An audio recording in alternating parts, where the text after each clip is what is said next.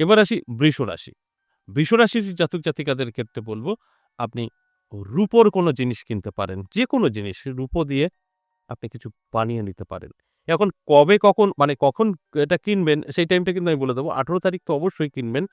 কোন টাইমটা আমি কিন্তু ভিডিওর শেষে বলে দেব।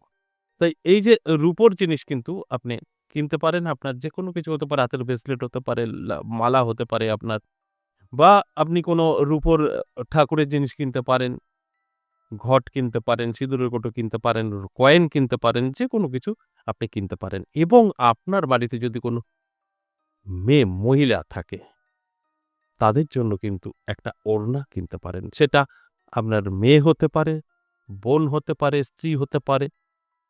যে কেউ একজন তো আছেই, তার জন্য একটা ওড়না আপনি অবশ্যই কিনবেন। ঠিক যে টাইমটা শুভ সময় কেনাকাটার। এই ধনতেরাসের দিন। দেখুন ধনত্রয়োদশীকে বলে। ধনত্রয়োদশী দুদিন পড়েছে। ১৮ এবং ১৯। তাই সব সময় তো আর কেনাকাটার সঠিক সময় নয়। যে সময়টা আমি বলব তার মধ্যে আপনি একটা ওড়না কিনতেই পারেন।